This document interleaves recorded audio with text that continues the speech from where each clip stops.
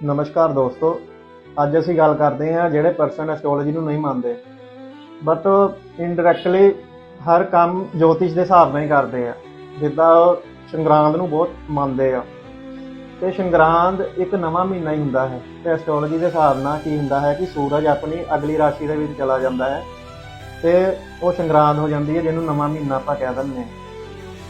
ਤੇ ਹਰ ਇੱਕ ਚੀਜ਼ਾਂ ਐਸਟ੍ਰੋਲੋਜੀ ਦੇ ਹਿਸਾਬ ਨਾਲ ਹੀ ਮਨਾਉਂਦੇ ਆ। ਜਿੱਦਾਂ ਕੋਈ ਵੀ ਉਹ ਤਿਉਹਾਰ ਮਨਾਉਂਦੇ ਆ ਨਾ, ਤੇ ਉਹ ਐਸਟ੍ਰੋਲੋਜੀ ਦੇ ਹਿਸਾਬ ਨਾਲ ਹੀ ਡੇਟ ਨਿਕਲੀ ਹੁੰਦੀ ਹੈ ਤਾਂ ਹੀ ਮਨਾਉਂਦੇ ਆ।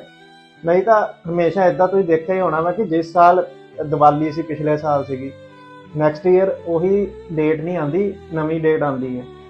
ਤੁਸੀਂ ਇਹ ਚੀਜ਼ ਨੋਟਿਸ ਕੀਤੀ ਹੋਣੀ। ਉਦੋਂ ਚੰਦਰਮਾ ਤੇ ਸੂਰਜ ਦੀ ਡਿਗਰੀ ਚੈੱਕ ਹੁੰਦੀ ਹੈ, ਫਿਰ ਉੱਦਾਂ ਤਿਉਹਾਰ ਮਨਾਇਆ ਜਾਂਦਾ ਹੈ। ਤੇ ਇਨਡਾਇਰੈਕਟਲੀ ਹਰ ਕੋਈ ਐਸਟ੍ਰੋਲੋਜੀ ਮੰਨ ਨਹੀਂ ਰਿਹਾ। ਜੈ ਸ਼੍ਰੀ ਰਾਮ।